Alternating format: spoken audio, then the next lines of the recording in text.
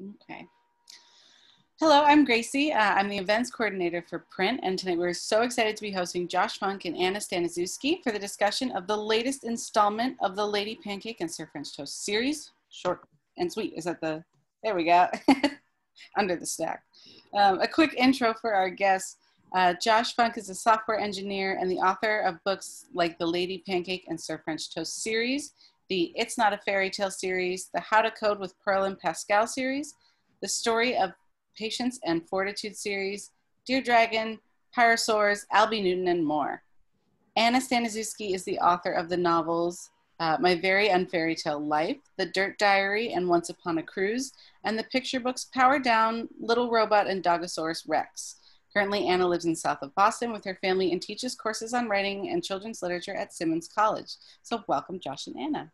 Thank you. Thanks. Yeah. Thank you so much, Gracie. This is Lady Pancake and Sir French Toast. It is the very first book in the series, and it came out just over 5 years ago. And when I first wrote it, I loved Brendan Kearney's illustrations so much. I knew immediately when I saw them that I wanted to write more. And so I did. So this book is about Lady Pancake and Sir French Toast racing through the fridge for the last drop of syrup and causing culinary chaos along the way. And then the second book is called The Case of the Stinky Stench. This one is a mystery. The first one was a race. And I don't know if anyone's ever opened their fridge and smelled something kind of funny, but that's what's happening in this fridge. And Lady Pancake and Sir French Toast have to help Inspector Croissant try to figure out what is causing this stinky stench in the fridge. And then in the third book, Mission Defrostable, this one is more of an action-adventure spy thriller, I'd like to say. And in this one, I don't know if anyone's ever opened the fridge and things were starting to freeze over a little bit or be a little too cold. One time I had this hummus that was in the back of the fridge, and I dipped a cucumber into it. The cucumber broke because it was like an ice cube hummus. It still tasted good though. It was a little weird texture though. Anyway, the fridge starts to freeze over, and so Lady Pancake and Sir French Toast have to try to figure out why that's happening. And then when I wrote these books, I would visit bookstores and libraries and places like Print, one of my favorite bookstores in Portland, Maine. And I got questions from kids, and they said, hey, so on the very first page of Lady Pancake and Sir French Toast, it says, these leftover friends were as close as could be. And that's the fifth line of the book here is leftover friends. So they were leftovers before the series even started, or on the first page of the series. How are they not stale yet? Kids were asking me, how come they're not stale? Why are they still in the fridge? And I thought about that, and I said, you know what? I need to address this. I need to address this in the next book. So that is what Short and Sweet is about. It's about Lady Pancake and Sir French Toast are starting to go stale, and so they visit Professor Biscotti, who has a despoiling ray. And in her despoiling ray, which Brendan Kearney is the illustrator of all these books. He's done an amazing job. But he comes up with the coolest ways to use food to represent the things that I just make up things for. So he made this despoiling ray. I don't know if you can tell, it's an avocado sliced in half with a little onion and cheese on the end. They can now, unfortunately in this book, it works a little too well. So here's Lady Pancake and Sir French Toast about to get in the despoiling ray, or get shot by the despoiling ray, something like that. I love the chairs, by the way. They're little slices of bread, and they're sitting on a cushion of cheese, and there's pickle footrests. Again, none of these are things that I told Brendan to do. He just did it on his own, and it's hilarious. But the despoiling ray shrinks them into tiny little kids. And if you look closely, you can see they have teddy bear and blankie, and they're adorable. And so the plot of this book is that they're going stale. Unfortunately, the despoiling ray works too well. It over-despoils them. And so Lady Pancake and Sir French Toast run around the fridge again, causing culinary chaos. And we have to figure out how to get them to turn back into their normal selves. So that is what the newest book is about. And yeah, I know Anna has some questions that she was gonna ask. I do. Yeah. Josh, I'm so excited to talk to you tonight. You and I have been friends for a while and critique partners for a while, but these days you're also like a little bit of celebrity at my house because my 5-year-old daughter loves your books. And actually, the first question I had for you was a question that she came up with. She asked me, "Why does he keep writing about food?" But when I talked to her more about it, I think what she was really asking is like, why do you keep coming back to these characters? What makes you excited to keep working on this series? Yeah, that's a great question. I mean, when I started writing the books, I was new to writing for children. As Gracie said, I'm a software engineer, and I was a dad. I mean, I still am a dad, but my kids were 3 and 6, and I was reading them a ton of picture books, and I started writing because I thought it would be fun, and it was definitely a challenge. And at the time when I started writing, I just wrote a lot of different things, and you never know what's going to stick. And my writing was pretty terrible at the beginning, and eventually it started to get better, and it started getting better around the time when, you know, you just come up with all different ideas. I had ideas about woodland creatures and ideas about owls that were sisters, and those never turned into books. An idea about an amusement park. None of these things ever really worked out, but they were sort of like practice books. But my writing got good when I had this idea for a book about a pancake and a French toast. And who knew that that's what would connect with people? But I think one of the things I love about it is that, I mean, I love the illustrations. And Brendan's illustrations are hilarious. They crack me up. And truthfully, I mean, the books have sold kind of well. So it's one of those things where the publisher was really enthusiastic. Sterling was really enthusiastic about the very, very first book from the very beginning. And like I think a lot of it is due to the art and just the cover design. I mean, it's embossed. It has a gold foil on it, and you know, I know everyone thinks their book would look great face out at a bookstore, but I think that just it's an eye-popping color. It looks really good, and so Sterling was really behind it. And having a publisher behind your book means a lot. They made tote bags at Book Expo for it. You could go your whole successful career without ever getting a tote bag at Book Expo. And I got one of my first book. And so, yeah, I think that it got the attention of booksellers. And honestly, I mean, booksellers around the country have really connected with it too. I mean, and readers as well, but especially booksellers who have made sure that it was face out. And I think that has really helped. I think with all of my books, every story I write, I put a lot into it, as I'm sure you know. And you love your characters. If you didn't, you wouldn't keep writing that story. If your characters weren't enjoyable to write, you would stop before the first draft was complete. Or you would revise it and make it more enjoyable to write. So anytime there's an opportunity to write more about a particular character, I think I feel, at least, the way that I write is more like sitcom episodes. You know, with some stories, there's an arc and they really should end, but mine is kind of more just like a different episode. And this episode is about a race. And then the next one is about, I like to change up the genre in each one too. I feel like it's such a luxury to be able to potentially write more about the same characters. And the truth is, I mean, this is not an answer for 5-year-olds, but it's kind of going on and on. But the truth is that you don't really know that much about these two characters at all. It's more of a setting-based book. It's in the fridge, and that fridge world where there's silly, cool illustrations of artichoke road and skiing down sauerkraut and bean avalanches and things like that. And that's what makes the books fun to read. And yeah, I mean, I wrote those words, but I think it's really the illustrations that kind of capture that. A lot of the credit most of the credit goes to Brendan making it look fun. And it's kind of like, where's Waldo in a fridge or something. But yeah, so that's just kind of how I see it. I'm not bored with them yet. And I feel like for all of my books, I always have more stories I want to tell. If other people want to hear more stories about those characters, then cool. I guess for me, maybe characters come first rather than the plot coming first.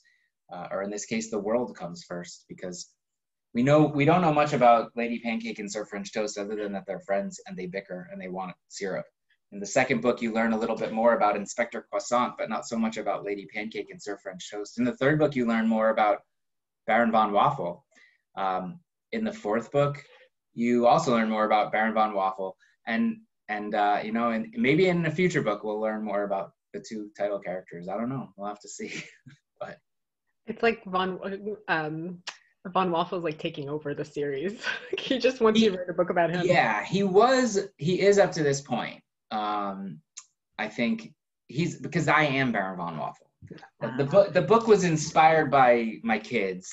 I came down for breakfast one day and I asked them, "What do you want for breakfast?" And one of them said, "I want pancakes." And the other one said, "I want French toast." And I was like, "Guys, I'm a terrible cook." One time I burned their peanut butter and jelly sandwiches. And so while they were eating their waffles, I thought that would make a fun idea for a story. But spoiler alert, the book's been out for 5 years. So if you haven't read it, Baron von Waffle gets the syrup at the end of the first book. And he's kind of the villain for the first book and a red herring, no pun intended, in the second book, and helps them out. He becomes their friend in the third book. But I would, if there was one drop of syrup left and my kids were fighting over it, I would absolutely just pour it in my mouth. So I am Baron von Waffle. And I think that's why he's played such a prominent role in the last 2 books. So it all makes sense now. Yeah. So Josh, as Gracie was introducing you, I was reminded yet again of like how many books you've written, especially a lot of series. And honestly, with picture books, you don't necessarily see a lot of series. So I wondered if there are kind of particular kind of highlights or challenges that you found as you've worked on a variety of different series. So yeah, like I was saying before, you never really can expect that you're going to have a series with a picture book. I guess sometimes you might sell a book as a multi-book deal. And in fact, How to Code a Sandcastle and How to Code a Roller Coaster was a 2-book deal. And it was always going to be 2 books about coding about the same characters. So in that respect, they sometimes might be sort of a series, but all of the other series that I have these books. I have a fairy tale. It's not a fairy tale series. And I have 2 other books that are about the New York Public Library lion statues. The interesting thing about it is they all kind of have their own story, just like every book has its own story. The way that these became series also have their own stories. But for me, it's more of just, if the book sells well enough, then the publisher might be interested. And so I pitch some ideas and hopefully they like them. And in fact, in the case of Lady Pancake and Sir French Toast, I just went and wrote a sequel and I sent it to them. I knew they were enthusiastic about it and I had fun writing it, and they could have said, no, we'll pass. And they didn't. And I did that 3 times. And so after 4 books, after 4 books altogether, they were all I wrote the sequel for each one first. For the It's Not a Fairy Tale series, I pitched some ideas and they came back with an offer. I did not expect it, that they came back with an offer based on a pitch. The publisher did. With the Library Lion books, it was only meant to be 1, but at the very end, and this book actually comes out, I don't know when this will drop, but a week from Tuesday. Well, today is Tuesday. So the 27th of October, the sequel to this book, it comes out. It's called Where is Our Library? But in the back matter of this book, the New York Public Library their fact checkers added a line that I didn't write, saying that the children's room in the New York Public Library was going to be moved across the street in 2020. And this book came out in 2018. And I was super bummed about that because the whole plot of this book was, and it was written in conjunction with the New York Public Library. Like they even helped come up with the overall plot of the book. The Patience is missing and Fortitude goes to find him, and he finds him in the children's room. And so I realized that, you know what, that could be the conflict of a sequel. And so I pitched it to them. I've written sequels for other books, for Pyrosaurs, for example.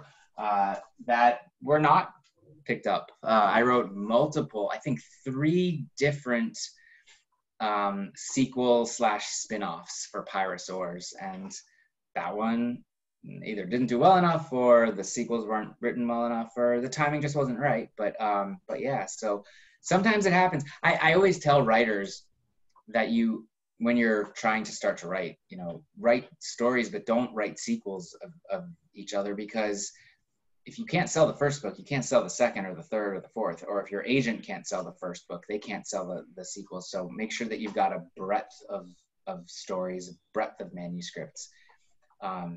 So before you kind of dive too deep into a series. It's interesting, you asked about challenges. I feel like as they go on, they get a little bit easier from the perspective of, I know the pacing of the story. I know how many pages it's going to be.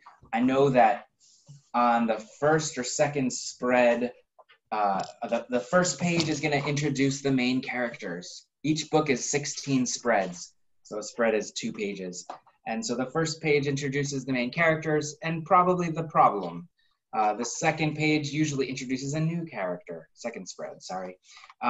And on the 15th spread, there's always a party, spoiler alert. And then there's a gatefold at the end, a page that folds out. And so, like, I kind of know the pacing. I know that, somewhere around spread 6 or 7, we're going to have to kind of veer off and they encounter a new problem. And so it makes it easier from that perspective that, like, I can kind of plan the books out in advance, page-wise, which also helps me figure out, well, you can't have a ton of words on this page and no words on the next page. I mean, you could. There are books like that. I'm not saying they're doing it wrong. I'm just saying with this series, the way it works, that's just not how it is. So, yeah. So the pacing I kind of know because of that. So I kind of think that they're even a little easier to write in a lot of ways because of that. As long as I know I've got an audience that's interested in reading it. If you don't, then it's hard. They're definitely hard to do because you don't know what's going to work. Also, the books are out and they exist, and I know what readers enjoy. I know which jokes they laugh at because I've read it to kids a lot, and so it's something that I can kind of play around with. The one challenge is to try to make it so that you don't have to read them in any order. There is a slight overarching, at least the friendship with Baron von Waffle, but I want to try to make it that you could pick up the 4th book and have never read any of the rest, and you'd still be able to understand everything and enjoy it. So, and that's probably a challenge in any type of series. So yeah, it's interesting that that's the case in picture books too. Yeah, I mean, there are books. There's a lot of picture books like Fancy Nancy and Pete the Cat and series like that you probably can pick up pretty much any book, and you don't really need a recap of everything or anything really. There's a girl, her name is Nancy. She likes to be fancy. Like, okay, we can kind of, today's problem is she wants a dog. So yeah, I think that at this point, hopefully if you pick this up, you're like, okay, there's a pancake and a French toast and they live in the fridge. And something's going on in the fridge. And I think it's really, really cool that I get to change up the genre in each one. Genre might be the slightly wrong word. You're a professor, so I don't know. You probably have the right terminology. But yeah, I mean, I like to think of the first one as a race. The second one is a mystery. The third one is, I say, action adventure, spy thriller. I mean, it has a little bit of that. But it's also a little bit of a mystery. But it was more inspired by Indiana Jones and The Last Crusade than Mission Impossible, even though the title is Mission Defrostable. This new one is, at first I thought it was sort of like a sci-fi comedy type thing, like The Absent-Minded Professor or Honey, I Shrunk the Kids. But the more I read it and the more I talked about it, I realized that it's actually kind of also a magical body swap type book with kind of like Freaky Friday or Big. So it's a sci-fi comedy magical body swap, I guess. Because I don't want to call it sci-fi because maybe one of the future books will be an alien invasion, and that's also sci-fi. So like, sci-fi alien invasion. Maybe one will be it's like a scary story, like Halloween or something. Maybe one will be a heist or something like that. You know, like but I definitely think it's pretty cool that I get to mix it up and like that they're not formulaic from that perspective. So I love the idea of aliens like invading a fridge. That's I have it, and I have the idea. The publisher is aware of ideas, and I know who the aliens are, and it totally makes sense and actually ties back to the first book. There's something in the third book that ties back to the first book also. See, I was a parent. I read a lot of books over and over and over again. Again, I still am a parent, but I know what it's like to have a book that your kid loves and you read it over and over. And I also know what it's like to have books that your kid loves that you're like, oh, I don't really enjoy that one that much. But so I wanted to write ones that had stuff for the parents in it as well. And, you know, like a Pixar movie has jokes that may go over the kid's head, but that the adults can enjoy. And that's why those movies work so well. And it's not just Pixar movies, but there's lots of books like that. Power Down Little Robot, your picture book is exactly like that. There's a million, I see the robot behind you. yeah. But it's about a robot going to bed, and it's all these kind of like robot technology puns and how a robot would go to bed, but instead of brushing its teeth, it's brushing its cogs. I mean, like it's funny, it's clever, and even if a kid, a 3-year-old doesn't know what cogs are, like they can get like, oh, he's brushing something different. But for the adult, like, okay, we know what that is. And so it's the same thing. But so there's a page in this book that actually is like a flashback of a page in the first book. And so they actually created their own villain in this book because of something they did in the first book. I didn't plan that at the time when I wrote the first book, but it seemed easy to kind of like put in after the fact, which is kind of fun. And there is something in the first book that is going to be the cause of an alien invasion, if I ever get to write that one. Cool. So. So Josh, a lot of people probably don't know that when it comes to picture books, the author and the illustrator like usually don't talk to each other. They don't really, you know, they work together but separately. So I was wondering, since you've worked with so many different illustrators, can you tell us a little bit about like how that process works, and is it different for each series, or how what's been your experience? Yeah, it's been like they tell you when you start writing, like they teach you in workshops and writing classes, that you really don't traditionally, for the most part, you don't talk to your illustrator, you're disconnected. I think with social media and the internet, it's different than it was 20 years ago, and you can meet them or chat with them or whatever. But yeah, I mean, I like to describe it. I talk to my editor at the publisher. The publisher's up here off screen. And so I talk to my editor, and there's a whole huge team of people that works at the publisher. There's a whole editorial team that my editor is just one editor that works with a whole team of other editors, and they all get their input and they help each other out. But there's also a whole art team. There's an art side. So there's somebody called an art director, and the art director works with the illustrator. That's kind of like the editor for the illustrator. And so Brendan, in the case of these books, Brendan is over here in England. I've never met him. We've been working together for almost 7 years, but we actually just spoke over Zoom for the first time in August when we recorded a podcast together. And so it was 6.5 years before we actually heard each other's voice and saw each other, not face to face, but, you know, over Zoom. And he will get my words from the publisher, and he will draw them and sketch them and give them back to the publisher. And the publisher can decide what to do with it. They can show me the art when it's in progress, or they can wait until it's finished and just send it to me then. I've now made over a dozen books, so I have experience in maybe giving some feedback on how the art could be different. Although, truth be told, I don't really know how to illustrate a book. I mean, that's clear, but because I'm not an artist, that's Brendan's job, that's the illustrator's job, so they know what they're doing. I can't really tell them how to do their jobs better. Usually the only feedback I have about the art is, oh, we can cut these words now because she drew that part, so we don't need to say this anymore. You know, we can strip out some of the text, or like, oh, you know what, we can put that text on the page before because we're already seeing it on this page, things like that. I don't think there's ever a time where there's been like, I think that this character's nose should be a little curvier or something like that. Like, I don't know, that's not a thing that I'm not an artist. If I wanted to illustrate my own picture books, I should have learned how to draw better and practice more. I wish I practiced more when I was a kid, because maybe I would be illustrating my own books. But Brendan Kearney told me he actually spent a week of his life coloring in beans on this bean avalanche page. So an entire week of his life, he spent coloring in all of these different beans. And they each have smiley faces, different colors, shadings. And so, so if kids keep working on their art, it could be their job to color in beans, because that is a real job. But yeah, I don't usually talk to them. I have met a handful of my illustrators. I call them my illustrators, the illustrators that I've been lucky enough to be paired with on picture books. I have 8 different illustrators over all of my books, and I think I've met 4 of them in person, and all of them it was after the books were out or after the art was done. And if we've made sequels since then, I still don't really collaborate with them about it.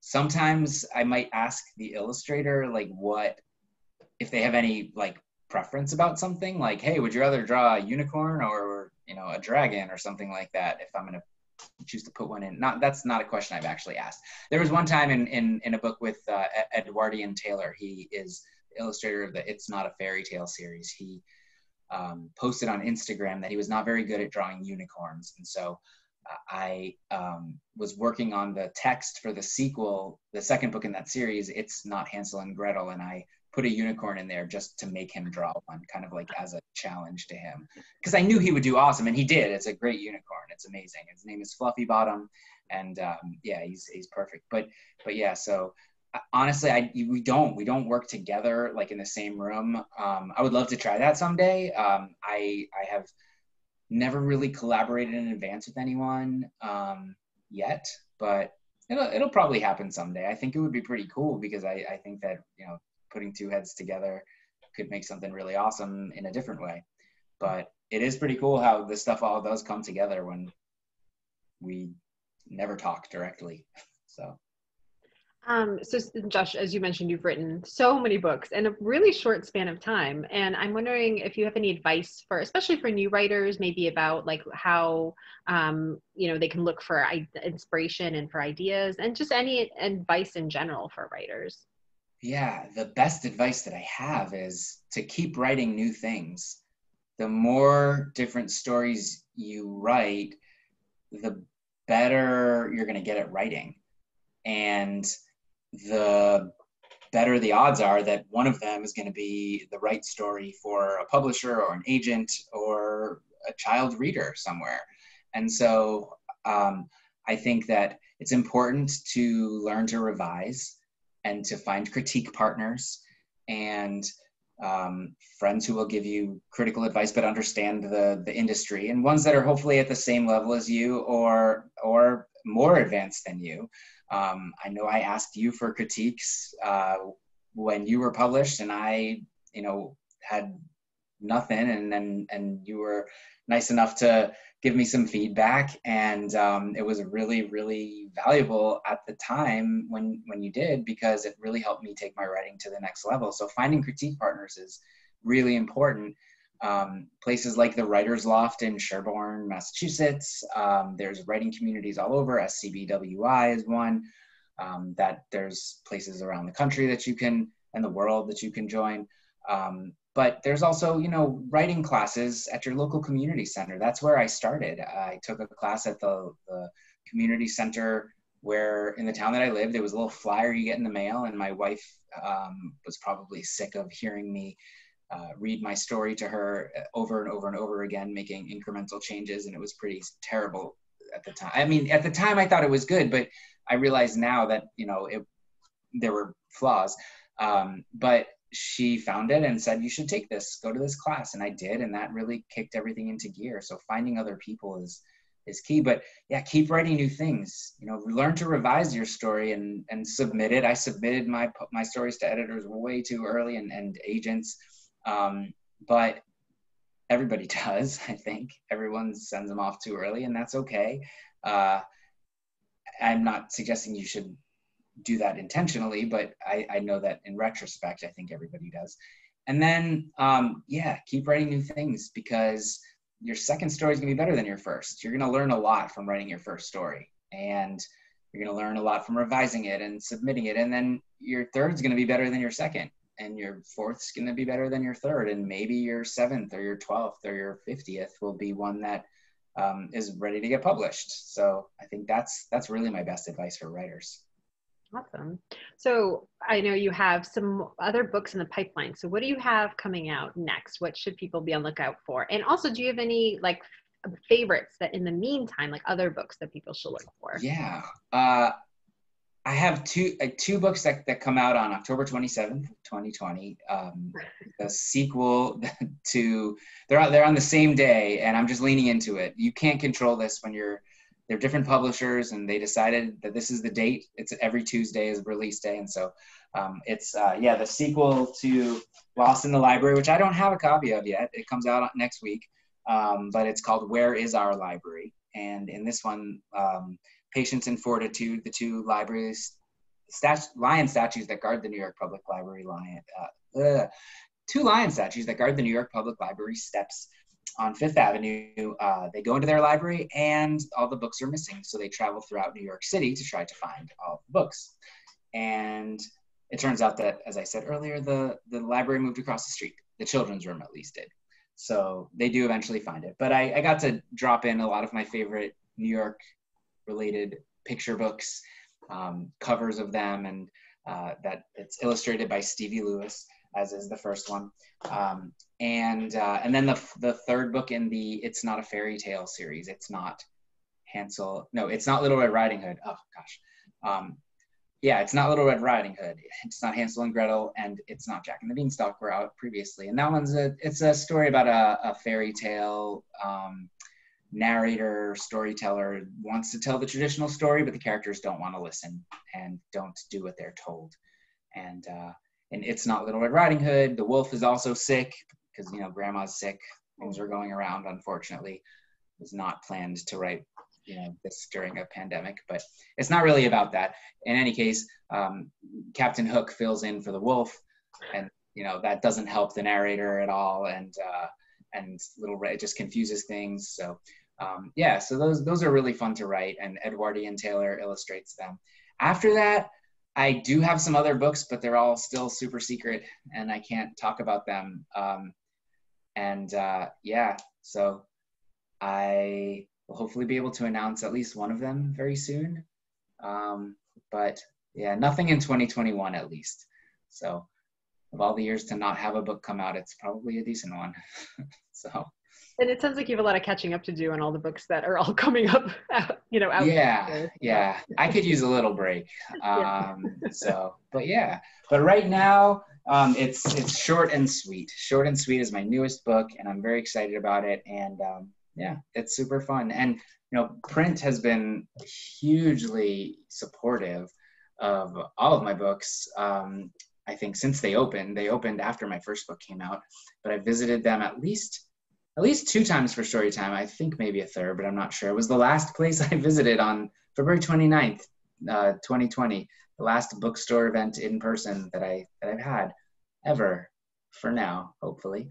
It was great. We love going up to Portland, Maine. We live outside. Both of us are in the Boston suburbs, but we love to visit so many great restaurants up there. A lot of great vegan restaurants, vegan donuts.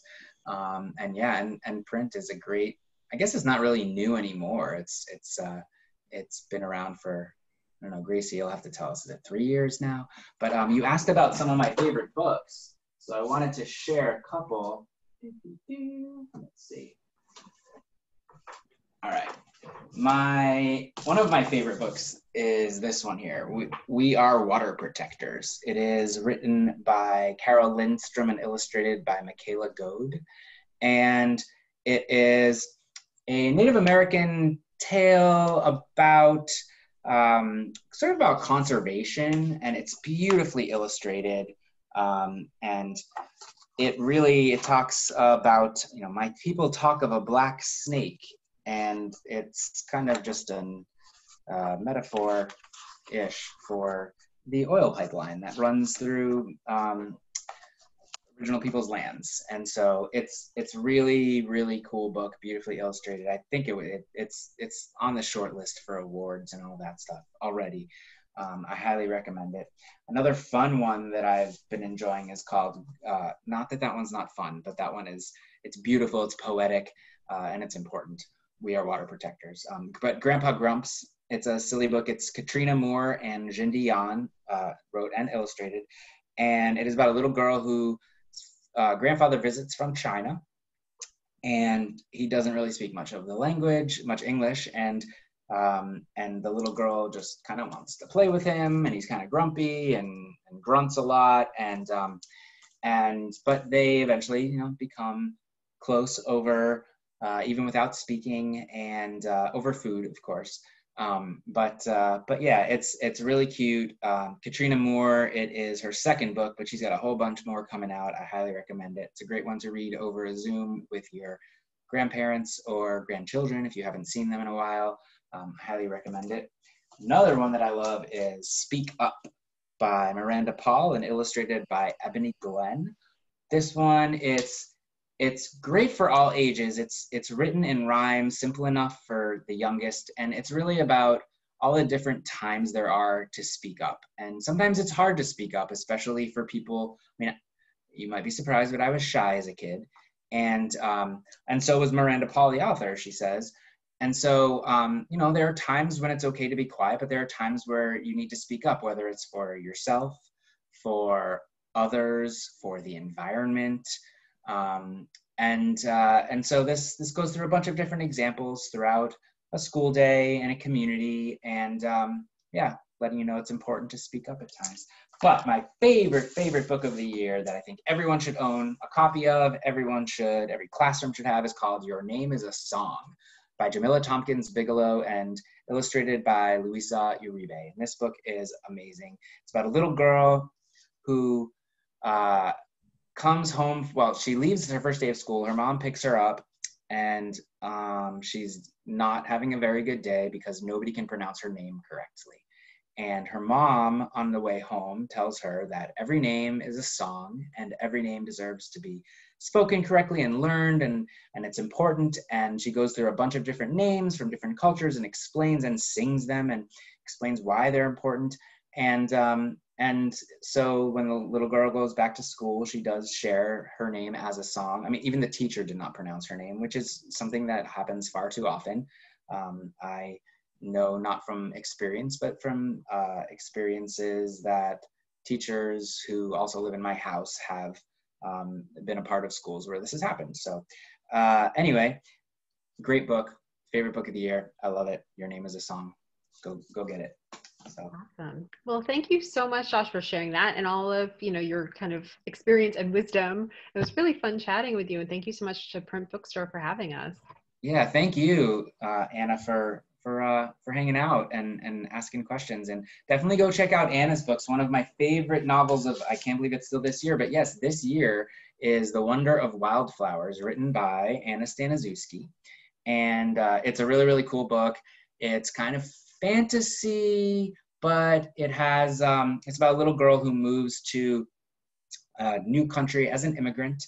And the people who are citizens of this country have this benefit of being able to drink amber, which is like a magical liquid that makes you smart and fixes all of your health problems. And so it's a little bit about being an immigrant and privilege, and yeah, I don't know, you can probably describe it better, but it's more about the magic than that. It's more about kids going to school, and it feels more like, it's less fantasy than I'm describing it. But I'm talking about the fantasy angle. But yeah, and Anna also has an awesome picture book that I have seen sketches for, I think, not the whole in color, but it's coming out next March, called Beast in Show, which I don't think you have. February. Oh, February. That's I what I meant. I have a cover for it. Oh, yes. Beast in Show. Yeah. So, and Josh, pretty much, like, without Josh, this book would not exist, because I was having such trouble making it work. So Josh heard so many versions of it. So FYI, Josh, this book is dedicated to you, because it would not exist without you. So. Oh, thank you. Well, I love it. I think it's adorable. Yeah, so check it out in February, and I think you can pre-order it now too. But and all of these books you can order from print.